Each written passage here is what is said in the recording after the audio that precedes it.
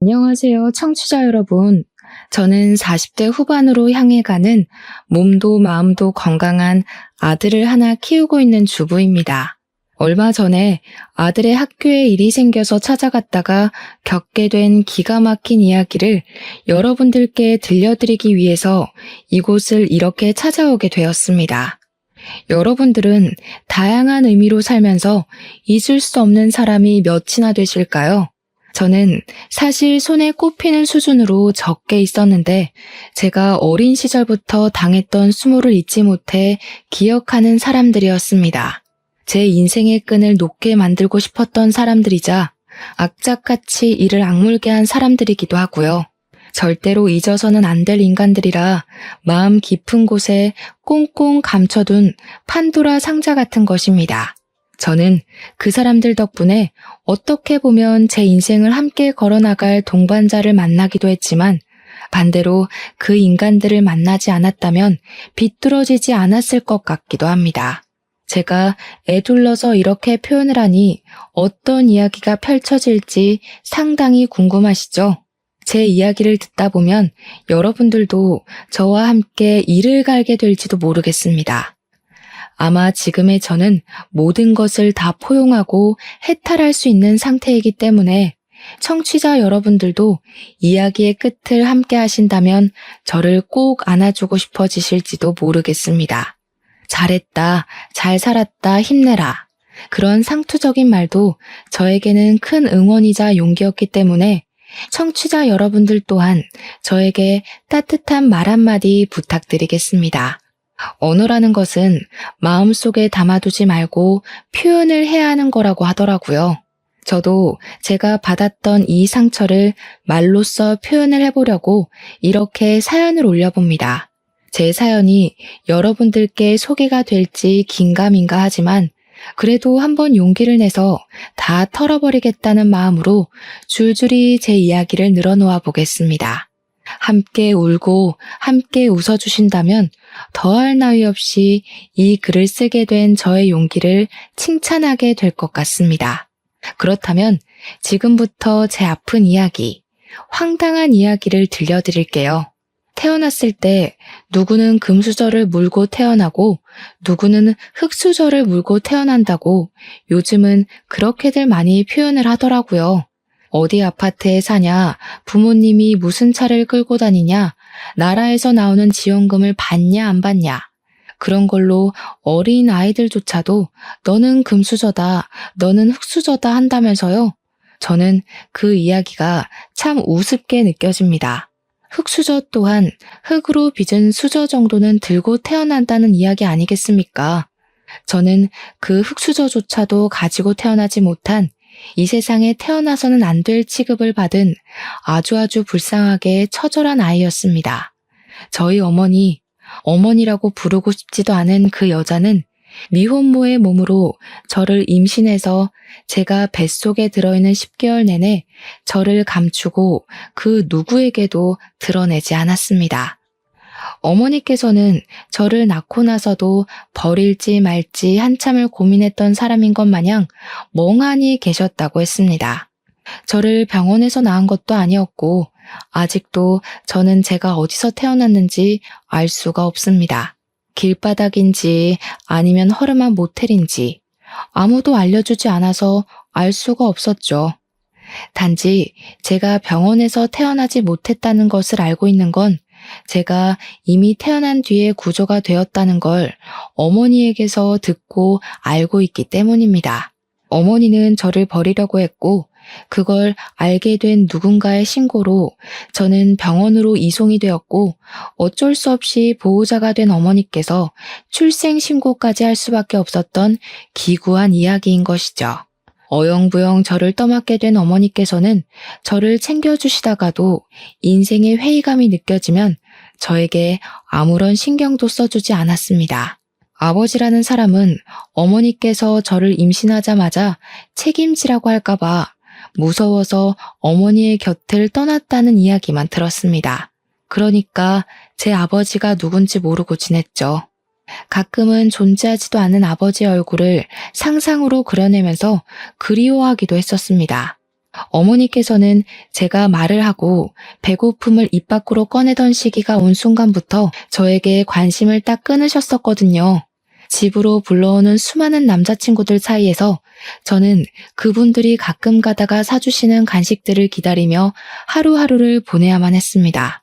한마디로 정서적으로 상당히 우울감을 가지고 있었고 소극적인 성격이었으며 어머니의 윽박이 무서워 말을 해도 될까 안 될까 고민만 수두룩한 어린 아이였던 것입니다. 거기다가 말을 알아들을 수 있는 시점이 된 이후부터 어머니께서는 어떤 일이 생겨도 항상 제 탓을 하셨기 때문에 저는 불안한 유년기를 스스로 헤쳐나가야만 하는 잡초 같은 아이였습니다. 어머니께서는 분풀이를 저에게 하셨고 남자친구들과 헤어지게 되면 그것 또한 제가 짐덩어리처럼 붙어있기 때문이라고 생각하셨습니다. 남자가 없으면 삶을 살지 못하는 것처럼 매번 어머니께서는 이 남자 저 남자에게 매달리고 차이고 그렇게 지내셨어요. 지금 생각해보면 어머니가 저를 낳았을 때의 나이가 고작 21살이었으니 그럴만도 한가 싶습니다. 이해하려고 노력하는 건 아니지만 21살 나이가 얼마나 꽃같고 아름답습니까? 다른 친구들은 한창 자기를 꾸미고 놀러 다니고 대학 생활을 즐길 때 우리 어머니께서는 방구석에서 제 기저귀를 갈고 있었을 테니 본인의 자존감도 많이 떨어졌을 테고요. 거기다가 남자로 인해 망해버린 인생이라 생각을 하셨으니 남자로 다시 인생을 펴야 한다고 생각할 법도 해서 제가 이 나이가 돼서야 그럴 수 있다는 생각이 드네요. 정서가 온전치 못하고 늘 불안감, 위기감에 시달렸던 저의 다른 사정 또한 좋지 못했습니다. 그러니까 어머니께서 남자친구를 만나고 있을 때는 전기도 들어오고 가스도 들어오긴 했지만 남자친구와 헤어져 아무런 생활비 지원을 받지 못하게 되면 그마저 뚝 끊겼습니다. 학교에 가려면 씻어야 하는데 전기도 들어오지 않고 난방이 되지 않으니 어두컴컴한 욕실에서 차가운 물로 머리를 감고 몸을 씻어야 했습니다. 가난이 정말 싫었지만 그보다 더 싫은 건 너네 집 엄청나게 가난하다며? 하고 저를 조롱하는 친구들이었기에 매일같이 박박 씻었거든요. 저는 찬물에 온몸이 사시나무 떨리듯 떨렸어도 매일같이 씻고 학교에 등교했는데 그때마다 잠결에 눈도 제대로 뜨지 못한 어머니가 시끄럽다고 소리를 지르셨습니다. 매번 제 탓을 하며 가스가 끊긴 것도 전기가 나간 것도 다 저 때문에 이렇게 살게 된 것이라고 하셨습니다. 모든 이유에 저를 갖다 붙이셨어요. 저 때문에 결혼을 하지 못했고 그래서 어쩔 수 없이 이런 가난함을 겪으며 살아야 한다고 저만 없었더라면 어머니의 인생은 달라졌을 거라고 하셨습니다. 그 시대에는 부부가 이혼을 하는 경우도 지금처럼 많지 않았기 때문에 미혼모에게 달라붙는 시선이 엄청나게 나쁘던 시절이긴 했습니다. 여자가 처신을 어떻게 하고 다녔길래 남편도 없이 혼자 애를 키우냐고 손가락질을 하고 당연히 저와 놀지 말라는 학부모들이 늘어났습니다. 저는 아무런 잘못을 하지도 않았지만 늘 그들 사이에 미운 오리 새끼였습니다. 우리 어머니께서 제 밥이나 제대로 챙겨주셨겠습니까? 그랬다면 제 키가 이리 작을 수가 없지 않을까 하는 합리적 의심이 듭니다. 눈만 마주쳐도 욕을 하고 싶고 분풀이를 하고 싶어서 입을 달싹이던 우리 어머니는 당연히 제 식사도 제대로 챙겨주시지 않았습니다. 밥을 제때 먹지 못하고 먹어도 많이 먹질 못하니 저는 늘 저체중으로 힘들었고 기립성 저혈압이 와 앉았다 일어서는데도 머리가 핑핑 돌아 쓰러지곤 했습니다. 학교에서 1년에 한 번 실시하는 체력장이라던가 혹은 건강검진의 날에도 늘 저체중이라 많이 먹어야 된다는 결과지를 받았고 빈혈과 저혈압이 있다고 병원에 내원 요망이라 적혀 있었습니다. 하지만 병원에 갈 돈이 없었기 때문에 저는 단 한 번도 그 결과지를 들고 병원에 찾아가 본 적이 없었습니다. 요즘은 무상교육이다, 무상급식이다 해서 밥도 주고 교육도 공짜로 시켜줬지만 예전에는 학교를 다닐 때 분기별로 등록금과 급식비를 지불해야 했었습니다. 중학교도 고등학교도 전부 말입니다. 저는 매번 그 명세서를 들고 집으로 돌아갈 때가 가장 가슴이 두근두근거렸습니다.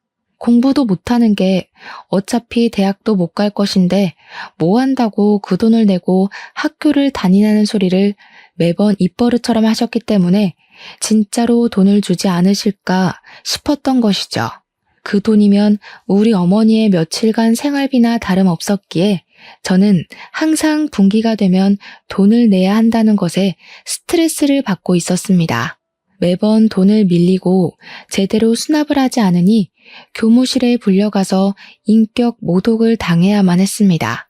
그때는 촌지라는 것도 유행이었는데 뭐 돈 한 푼 없는 비렁뱅이에게 뭘 기대하겠습니까? 그러니 학교 선생님들도 저를 대부분 막대하셨죠. 하지만 중학생 때 유난히 저에게 친절하셨던 담임 선생님이 딱 한 분 계셨습니다. 그 선생님은 잊히지가 않습니다. 늘 등록금으로 힘들어하고 돈이 없어서 주눅이 들어있었던 저를 불쌍히 여기셔서 등록금을 대신 내주기도 하셨던 분이셨거든요. 저에게 학교를 그만두고 싶어도 중학교 졸업조차 못하면 사회에서 아무짝에도 쓸모없는 사람이 된다고 고등학교까지 꼭 졸업하라고 용기를 주셨습니다. 고등학교까지는 졸업을 해야 공장에 취직을 해도 할 거라면서요.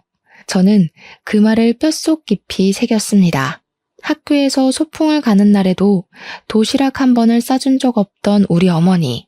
저는 김밥 한 줄을 살 돈조차 없어서 소풍에 가면 천덕꾸러기처럼 반 친구들의 김밥을 하나씩 얻어먹으며 배를 채웠습니다. 기분 좋게 김밥을 한두 개 나눠주는 친구가 있는 반면 저에게 거지라고 놀리며 김밥을 적선하듯 주는 친구도 있었습니다.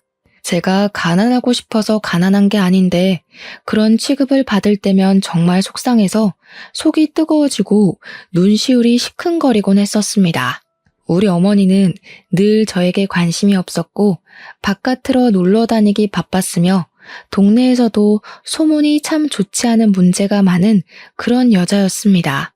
하지만 어머니는 항상 제 탓을 하셨고 저는 그 말에 익숙해져 있었기에 정말로 어머니의 불행함은 모조리 나의 탓이구나, 내가 존재해서 그런 거구나 하며 지내게 되었습니다. 어머니께서는 제 존재를 부정하셨고 제가 중학생이 된 이후부터는 정말 저를 가족이라고 생각도 하지 않고 그렇게 지내셨습니다. 제가 17살이 되어서 고등학교에 입학을 했을 때 어머니께서 웬일로 저에게 같이 나가서 교복을 사자고 하셨습니다. 중학생 때도 학교 졸업하는 선배들이 물려주는 교복을 3년 내내 입고 지냈었기 때문에 새 교복을 사준다 하니 정말 날아갈 듯이 기뻤습니다. 어머니는 저에게 비싼 교복을 사주시면서 이제 고등학생이니까 앞가림 정도는 스스로 하라고 웃으며 말씀을 하셨고 저는 아무것도 모른 채 좋다고 고개를 끄덕였습니다. 그저 그때는 새 교복을 사게 되었다는 것, 그거 하나만으로도 너무 행복했기에 어머니의 말 속에 숨겨진 뜻이 무엇인지 전혀 눈치를 채지 못했습니다. 그렇게 새 학기를 기다리던 어느 날, 교복을 머리맡에 두고 깊은 잠이 들었는데 다음 날 눈을 떠보니 어머니께서 집에 계시지 않더라고요. 처음에는 그저 어머니께서 아침부터 볼 일이 있으셨나 보다 하고 말았습니다. 가끔 그렇게 일찌감치 사라지시는 날이 있었거든요. 그런데 그날 밤이 되도록 어머니께서는 집에 돌아오지 않으셨고 저는 자고 있으면 알아서 들어오시겠지 하면서 잠을 청하게 되었습니다. 제 예상과는 달리 어머니께서는 그날도 집에 돌아오지 않으셨고 저는 어디 가까운 곳으로 여행이라도 가셨나 보다 하면서 학교를 아무렇지 않게 다니고 있었습니다. 3일이 지나도록 어머니께서 돌아오지 않자 저는 점점 불안해졌고 일주일이 지난 시점에서야 알게 되었습니다. 어머니께서 저를 버리고 혼자서 떠나셨다는 사실 말입니다. 어머니께서 떠나셨다는 걸 자각하게 되었을 때 저는 정말 눈앞이 캄캄해지는 느낌을 받았습니다. 그 전에도 돈이 부족한 생활을 하곤 했지만 정말 1원 한 장 제 손에 쥐어주지 않고 그렇게 떠나실 거라고는 상상도 해본 적이 없었으니까요. 경찰 앞을 정말 몇 번이나 왔다 갔다 했는지 모르겠습니다. 결국 용기를 내어 경찰서에 들어가 우리 어머니께서 가출을 하신 것 같다고 신고를 하게 되었습니다. 경찰들은 귀찮은 걸 떠안았다는 표정으로 저에게 다른 보호자분은 어디에 있냐고 물어보셨고 저는 아버지가 없었기에 다른 보호자는 없다고 이야기를 했습니다. 그 말이 끝나기 무섭게 경찰들의 표정이 바뀌더니 막 분주하게 이곳저곳 연락을 넣고 저에게 집에 같이 가보자고 말씀을 하셨습니다. 어머니와 제가 간신히 몸을 닐 만한 원룸으로 경찰들과 함께 걸어가고 있는데 대뜸 저에게 다른 보호자가 없으면 보호시설을 가야 하지 않겠냐고 이야기를 꺼내더군요. 경찰분들이 전화통화를 하던 곳은 제가 임시로 지낼 만한 보육원 같은 보호시설이었던 것이었습니다. 보호시설이 요즘은 시설도 좋고 전문적인 선생님들이 상주하고 계시지만 그때 당시에는 그렇지 못했습니다. 시설도 나빴지만 무엇보다 나쁜 원장이 참 많았고 아이들을 상대로 앵벌이를 시킨다던가 무급으로 노동을 시킨다던가 하는 일이 생각보다 꽤 많았습니다. 한마디로 지금보다 더 나쁘면 나빴지 좋을 상황은 아니라는 생각이 들어서 저는 보육시설에 가고 싶지 않다는 생각이 번쩍 들었습니다. 정말 너무너무 무서웠습니다. 어머니께서 혹시라도 나중에 제 생각이 난다면 저를 찾아오실 수도 있다고 생각을 했고 고아원은 죽기보다 가기 싫었습니다. 또 그 시설에 있는 아이들이 엇나간 아이들의 표본이라고 생각을 했거든요. 거기 가면 다 일진들만 수두룩하게 있을 것 같아서 도망치고 싶었습니다. 저는 결국 경찰들의 팔을 뿌리치고 엄마가 돌아오실 거예요 하고는 저희 집 반대 방향으로 뛰었습니다. 경찰들을 따돌린 후에서야 조심히 주위를 살피며 집으로 돌아왔고 오지 않을 걸 알면서도 어머니를 계속해서 기다렸습니다. 저는 어쩔 수 없이 혼자의 생활에 적응을 하게 되었고 새학기가 찾아와 고등학교에 입학을 하게 되었습니다. 학교가 신식 건물이라 그런지 급식이 나왔고 제가 저소득층으로 인정을 받았기 때문에 급식비를 지원받아서 밥을 공짜로 먹을 수 있게 되었습니다. 급식이 부실하긴 했지만 집에 있어봐야 내내 굶으니까 학교에서 주는 밥을 배불리 먹으려고 욕심을 부려 급식을 먹기도 했습니다. 저의 그런 모습을 보고 학교 선생님들도 동급생들도 저를 거지라고 놀리기 시작했고 자연스럽게 왕따가 되었지만 몇 년을 겪었던 일이기에 대수롭지 않게 생각했습니다. 점심을 배불리 먹을 수 있다는 것만으로도 학교 생활이 무척이나 즐거웠거든요. 어머니께서 집을 나간 뒤로는 정말 흰죽도 못 얻어먹는 신세가 되어 저녁은 항상 굶거나 수돗물로 배를 채워야만 했습니다. 동급생 여자애들은 저를 무시하기 시작했는데 그 중에 유독 민지라는 여자아이가 저를 그렇게 괴롭히고 못살게 굴었습니다. 여자아이들의 따돌림이라는 게 그냥 욕이나 하고 무시나 하고 그 정도로 가벼울 것 같다고 생각하시는 분들이 대부분일 텐데요. 아닙니다. 정말 무섭습니다. 특히 민지라는 친구는 그저 저를 괴롭히기 위해 존재하는 사람 같았다고나 할까요? 아니요. 사탄 같은 친구였습니다.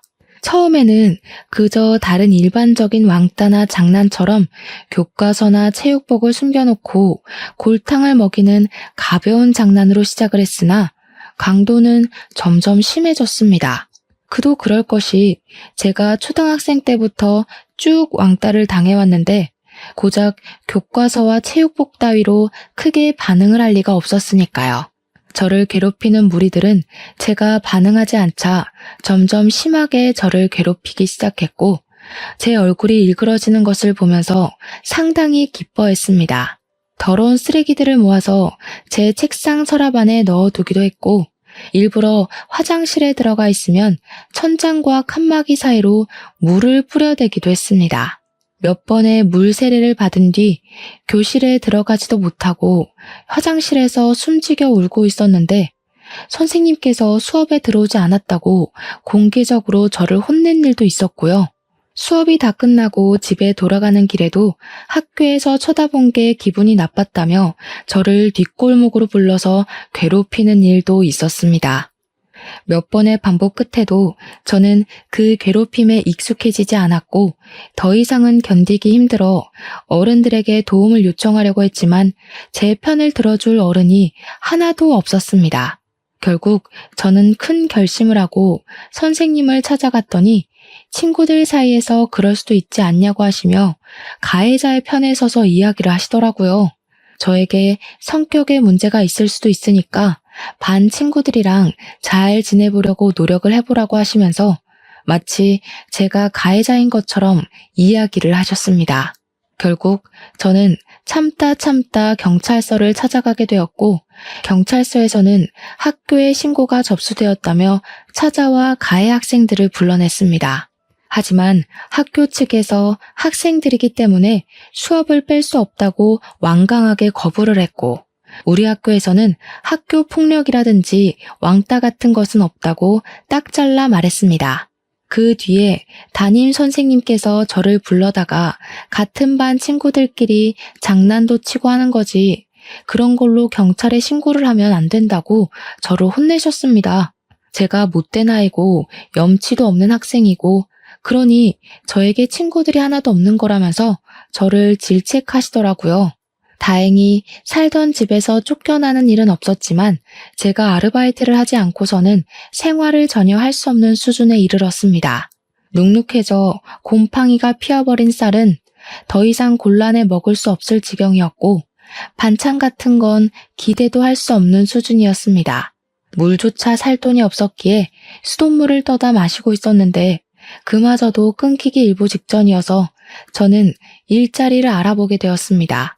사실 그동안은 어머니께서 모든 공과금을 내고 계셨기에 저는 몰랐는데 전기와 가스가 끊겨버린 터라 정부에서 저희 집을 방문하게 되었습니다.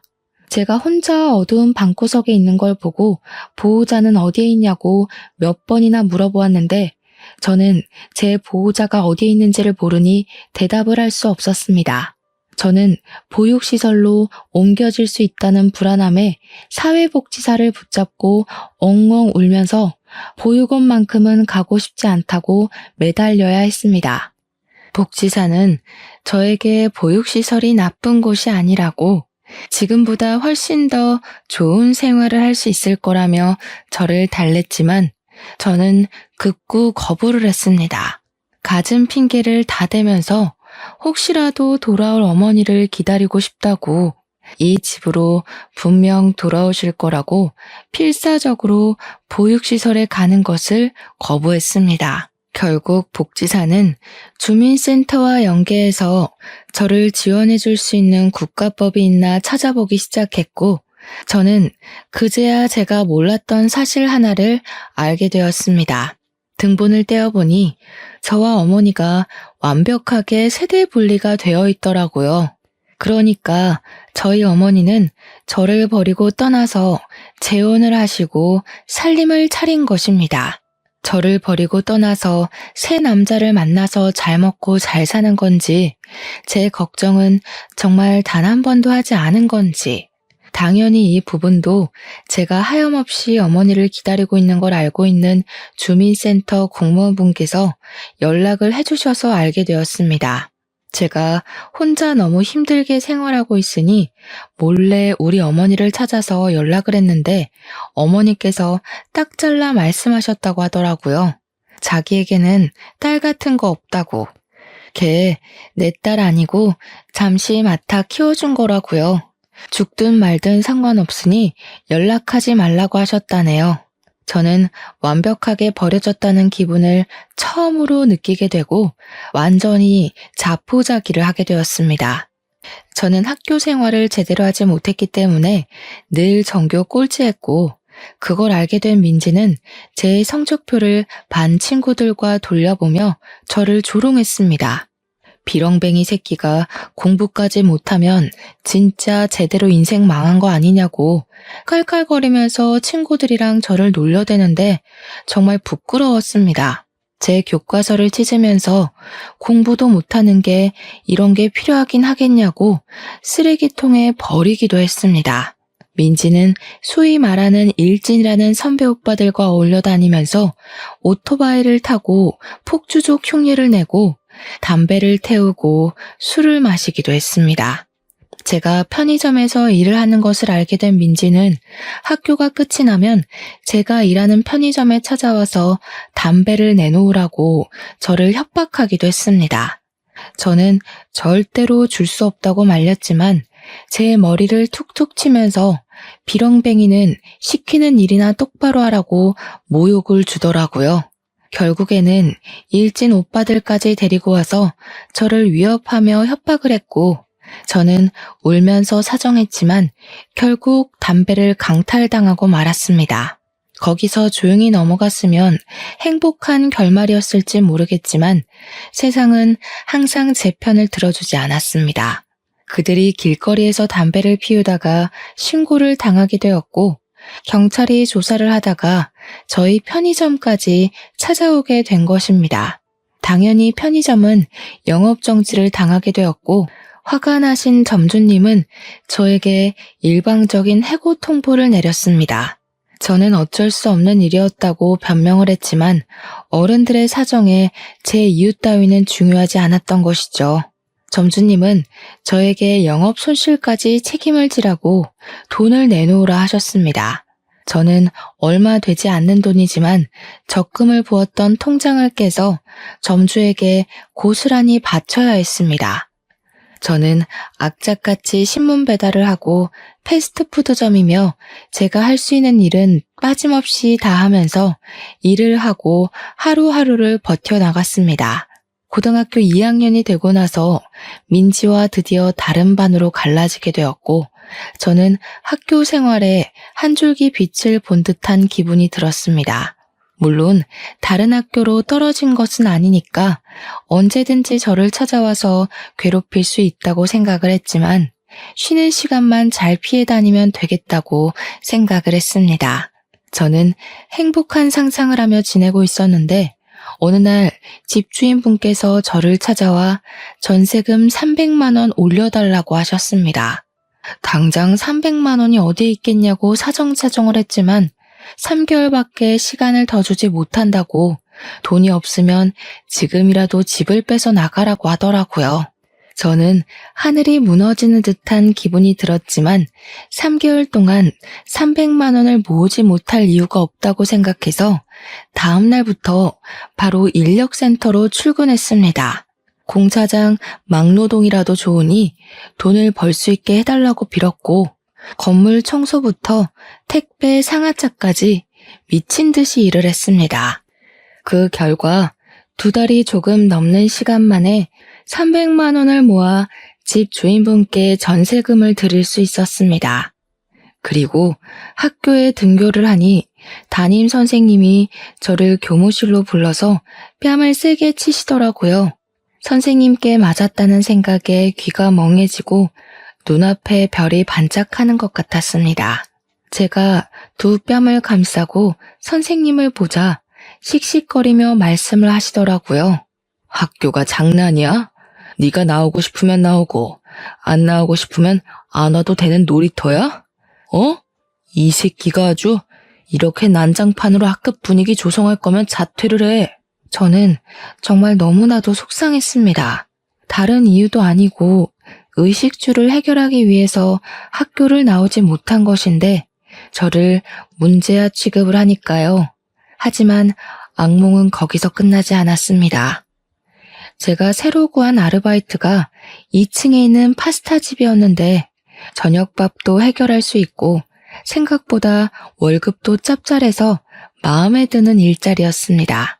그런데 그 건물 3층에 주점이 들어와 있었거든요.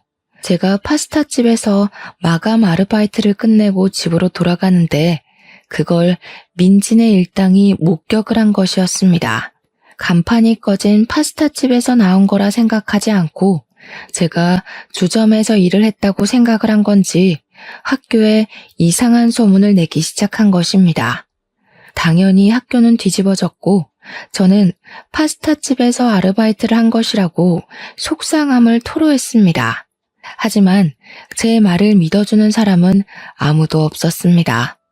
저를 믿지 못한 담임 선생님은 파스타집까지 찾아오셨고 제가 실제로 그곳에서 아르바이트를 하고 있다는 걸 보고 나서야 믿어주셨죠. 이미 소문은 전교생들에게 다 퍼져 있었고 저는 일일이 그 친구들을 찾아가서 주점에서 일을 하는 게 아니라고 해명을 할 수가 없었습니다.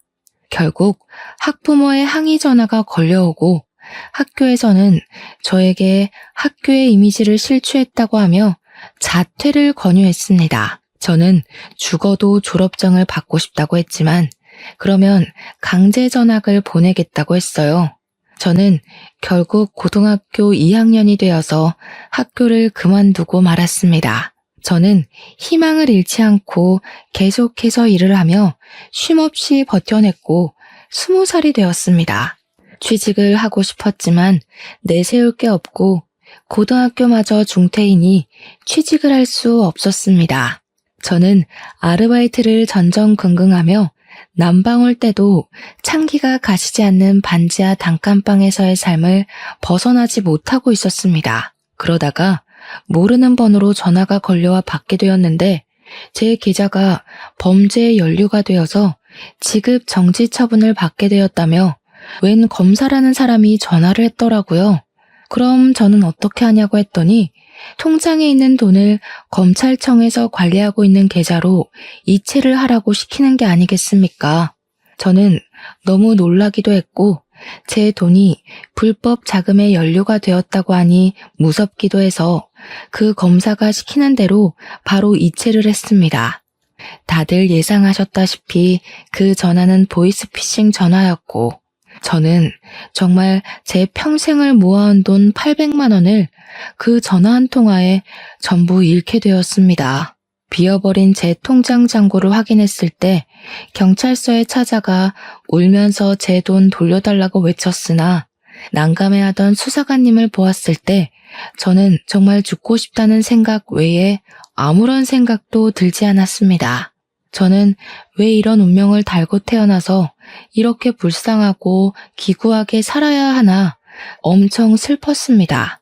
저는 결심을 했습니다. 인생을 끝내기로요. 한강에서 이때까지 살아온 모든 삶을 포기하기로 마음먹고 다들 많이 오른다는 한강다리 정 가운데에 서서 해가 지는 노을을 바라보며 뛸 준비를 마쳤습니다. 어디에서 보니까 머뭇거리다가는 사람들이 말린다고 하기에 결심이 서자마자 난간을 밟고 재빠르게 뛰어내리려고 하는데 누가 뒤에서 저를 끌어안고 힘으로 난간에서 떼어놓더라고요.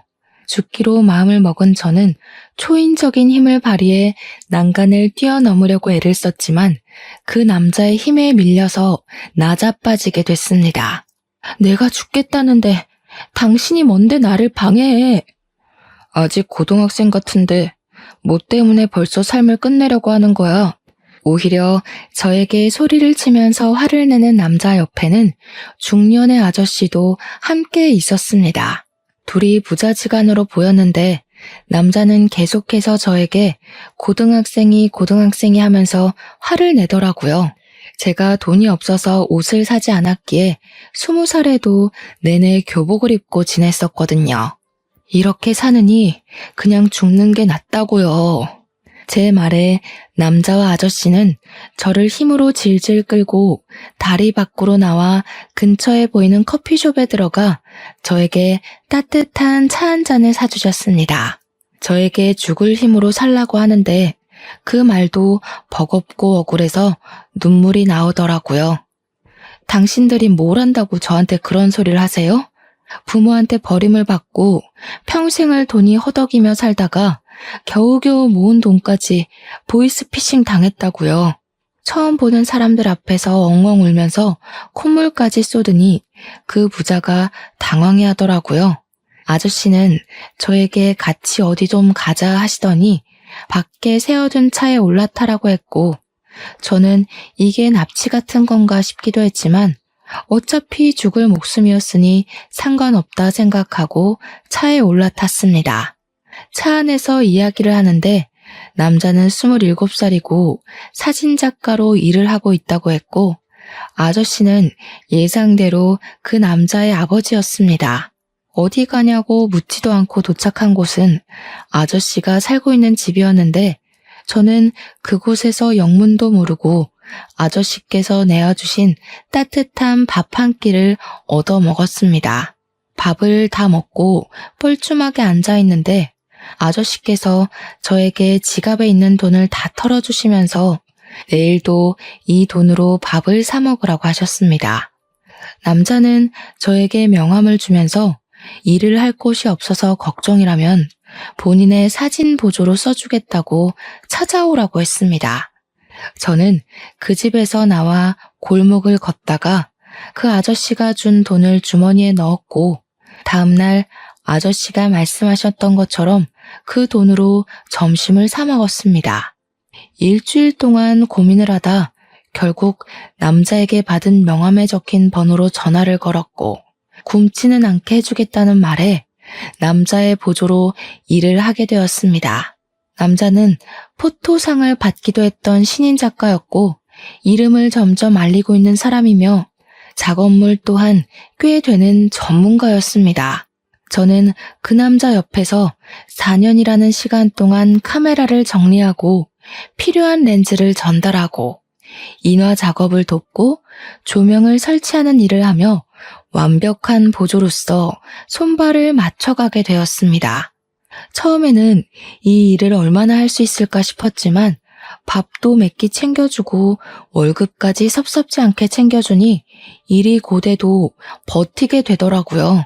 저는 그렇게 같이 일을 하며 정을 붙이고 7살이라는 나이를 극복하고 결혼까지 하게 되었습니다.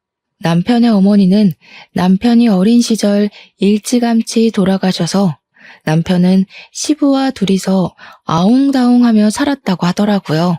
시부는 제가 어떤 유년 시절을 겪었는지, 어떤 마음으로 삶을 포기하려 했는지, 다시 용기를 내어 살게 되었는지 알고 계신 분이라 결혼을 반대하지 않으셨습니다. 저를 내내 옆에서 지켜봐 주셨기에 오히려 잘 됐다면서 저희의 결혼을 진심으로 축복해 주셨고, 저와 남편은 행복한 결혼식을 올리게 되었습니다. 과거가 저를 붙잡고 힘들게 하긴 했지만 결혼 이후에 많이 안정이 되었고, 제 상처를 극복하는데 남편이 참 많은 도움을 주었습니다. 저희는 촬영 일정이 들쑥날쑥했기에 딱히 집이 필요하다고 생각되지 않아 시부와 함께 합가해서 살고 있었습니다. 그러다가 정말 적당한 시기에 제가 임신을 하게 되었고 너무나도 소중한 우리 아들을 낳게 되었습니다. 아이를 키우는 동안 남편의 일을 돕진 못했지만 이 소중한 아이를 옆에서 내내 지켜볼 수 있다는 게 행복하고 즐거웠습니다. 우리 아들은 또래보다 잘 먹기도 하고 편식도 전혀 하지 않아서인지 키가 참 컸습니다. 제가 키가 작고 말라서 우리 아들도 작으면 어떡하지? 하고 고민했는데 남편이 기골이 장대해서 그런지 아들도 남편 따라 크더라고요. 또래보다 힘이 좋으니 솔직히 걱정이 되기도 했습니다. 시대가 변하면서 학교 폭력에 관한 법도 많이 늘었고 우리 아들이 다른 친구들을 괴롭히지 말라는 법도 없으니까요. 그래서 저는 어릴 때부터 우리 아들에게 아예 운동을 가르치기 시작했습니다. 운동을 배우면 힘을 어떻게 사용해야 할지 스스로 깨칠 것 같아서 가르쳤는데 우리 아들이 운동에 정말 소질이 있어서 어릴 때부터 대회에 나가서 상도 받고 하더라고요. 태권도, 검도, 합기도를 시키고 12살 때부터는 아예 유도까지 정식으로 가르치기 시작했습니다. 15살이 되었을 때는 복싱을 배워보고 싶다는 아들의 말에 프로복서가 운영하는 운동장에 아들을 등록시켜서 복싱을 가르치기도 했습니다. 무럭무럭 자란 우리 아들은 17살이 되어 고등학교에 진학을 하게 되었는데 생전 문제 한 번 일으킨 적 없었던 아들이 어느 날 큰 사건에 휘말리게 되었습니다. 집에서 시부와 함께 점심을 차려 먹고 쉬고 있는데 학교에서 전화가 걸려온 것이 아니겠습니까? 우리 아들이 폭력 사건에 휘말려서 지금 학교로 오셔야 할 것 같다는 담임 선생님의 전화였습니다. 놀래서 남편까지 호출해서 학교에 달려갔는데 알고 보니 우리 아들이 같은 반 일진 같은 친구가 약한 친구를 괴롭히고 있어서 하지 말라고 말리는 과정 중에 시비가 붙어 싸우게 된 것이었습니다.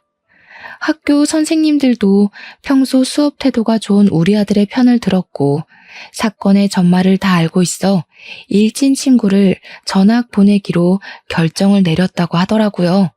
하지만 일진 학생 부모가 학교에 찾아와서 자기 아들이 맞았으니 피해자인데 왜 우리 아들이 전학을 가냐고 난동을 부리고 있다는 겁니다. 저는 일단 우리 아들이 일진 학생과 싸웠기에 이야기를 나누려고 갔는데 거기에는 왕따를 당하던 학생네 부모님도 같이 자리를 하고 있더라고요. 일진 학생의 부모 얼굴을 보는데 이상하게 얼굴이 낯이 익은 게 아니겠습니까? 그 순간 딱 기억이 나더라고요. 네, 바로 민지였습니다. 지금 우리 아들을 때려놓고 뻔뻔하게 얼굴을 들고 나타나? 너 혹시 땡땡 고등학교 나온 강민지 아니니? 그러니까 저를 빤히 보더니 기억해내고는 기가 막히다는 듯이 웃더라고요. 그 순간 피해자 학생의 부모가 소리를 쳤습니다. 뻔뻔하게 우리 아들을 괴롭힌 놈이 피해자라고 나서는 게 어이가 없어 정말? 이러는 거 쪽팔리지도 않아요? 지금이 어느 시대인데 너 학교 다닐 때도 그렇게 일진짓거리를 하고 담배 피우고 오토바이 타고 하더니 변한 게 하나도 없구나. 뭐? 뭐가 어쩌고 어째? 담배를 피우고 오토바이를 타요? 우리 와이프가? 순간 민지가 사색이 되어서 입을 합 다무는데 민지 남편이 민지를 확 째려보면서 말을 하더라고요. 학교 다닐 때 조신하게 공부만 했다고 그래서 유학도 갔다 왔다고 하더니 생양아치였다고? 제가 누굴 닮았나 했더니 이것은 사기꾼 아니야? 그러면서 갑자기 민지네 부부가 부부싸움을 시작하는 게 아니겠습니까? 피해자 학생 부모와 저희 부부 모두 어이가 없었죠. 민지가 오해가 있다면서 자기가 다 설명할 테니 시부모에게는 비밀로 해달라고 남편에게 사정사정을 하는데 제가 이때다 싶어 폭로를 이어나갔습니다. 오해는 무슨 오해야. 너 내가 일하던 편의점에 와서 담배 내놓으라고 난리쳐서 영업 정지까지 먹였잖아. 제 말에 민지 남편이 거칠게 넥타이를 풀면서 쪽팔려 죽겠다고 소리를 치더라고요. 그러던 와중에 교무실에 웬 노부부가 나타나서는 민지 아들한테 달려가 우리 손주, 귀한 우리 손주 얼굴 누가 이렇게 만들었냐고 침 튀기며 소리를 지르더군요. 제 아들의 멱살을 잡은 할머니가 네가 우리 손주 때린 거냐고 난리를 치는데 남편이랑 저랑 기가 막혀서 빤히 바라보았습니다. 그런데 정말 다시 생각해도 너무 소름 끼치고 어이가 없네요. 그 할머니가 글쎄 저를 버리고 떠난 제 친모이지 뭡니까? 엄마? 순식간에 찬물을 끼얹은 것 마냥 조용해지고 친모는 저를 보더니 손을 벌벌 떨면서 얼굴이 시퍼렇게 질리더군요. 제 남편도 어리둥절해서 저를 바라보는데 보아하니 친모랑 재혼한 남자의 아들이 민지의 남편인 것이었습니다. 교무실은 완전히 난장판이 되었죠. 저 사람이 너 버리고 갔다는 그 친모? 하루아침에 가출을 하더니 딴 남자랑 재혼해서 나 같은 거 모른다고 했던 그 친모. 이게 다 무슨 소리야? 딸아이 하나 있던 거 전 남편이 데려갔다고 하지 않았어? 그래서 우리 아들을 친자식처럼 생각하고 싶다고 그랬잖아. 그들의 막장 이야기를 듣다 보니 상황이 모두 정리가 되더라고요. 민지는 제 남편에게 요조 숙녀인 척 연기를 했고 날라리처럼 행동했던 지난 과거를 전부 청산하고 시집을 간 것이었습니다. 친모는 전 남편에게 저를 빼앗기고 상심이 큰 엄마 역할을 하며 새로 생긴 새 아들에게 현모양처 코스프레를 하면서 헌신을 다하고 있었던 것이고요. 하필이면 민지 아들이 큰 사고를 치는 바람에 판도라의 상자가 열려버린 거죠. 저는 그 태풍 한가운데 있는 태풍의 눈이었고요. 민지고 친모고 저에게 매달리며 오해 좀 풀어달라고 하는 거 저는 싹 무시하고 그들이 알고 싶어하는 진실을 알려주었습니다. 민지 쟤는 일진이었고 술 담배는 기본으로 했죠. 양아치 오빠들이랑 어울려 다니면서 오토바이를 탔고요. 저를 엄청나게 괴롭혀서 자살까지 생각했었어요. 저기 제 엄마는 제가 고등학생이 되자마자 인사도 없이 저를 버리고 떠나서는 복지사들이 찾아가자 저 같은 거 모르는 아이라고 친자식 아니라고 부정했고요. 저는 엄마 때문에 돈 한 푼 없이 학교도 제대로 졸업 못했고요. 몇 번이고 죽고 싶었습니다. 교무실에서 배신당한 두 남자의 투닥거림이 시작되었고 곧 욕설이 난무하는 난장판이 되었습니다. 학교에서는 골치 아파하며 결국 민지의 아들을 전학 보내는 것으로 마무리 짓기로 했고요. 그 이후에 친모와 민지가 제 연락처를 어떻게 알았는지 연락이 와서는 저 때문에 둘 다 이혼하게 생겼다고 저를 원망하더라고요. 그게 왜 저 때문이겠어요? 자기들이 과거에 못된 짓 한 만큼 벌 받는 거죠. 저는 그들에게 비웃음을 실컷 날려주며 차단을 걸어버렸습니다. 증거가 없어서 소송전을 펼치진 못했지만 그들도 똑같이 가정에 버림받고 멸시받게 되었으니 아주 쌤통이라 생각합니다. 저는 덕분에 속도 너무 시원하고요. 지금은 우리 아들, 우리 남편, 그리고 시부까지 함께 살면서 너무나도 행복하답니다. 여러분들은 제 사연 어떻게 들으셨나요? 정말로 시원하지 않나요? 여러분들도 속에 묵혀놓은 이야기가 있다면 다 꺼내어 말하는 건 어떨까요? 그럼 저처럼 속이 뻥 뚫리는 경험을 해볼 수 있을 거예요. 아무튼 제 이야기는 여기서 끝입니다. 들어주셔서 정말로 감사합니다.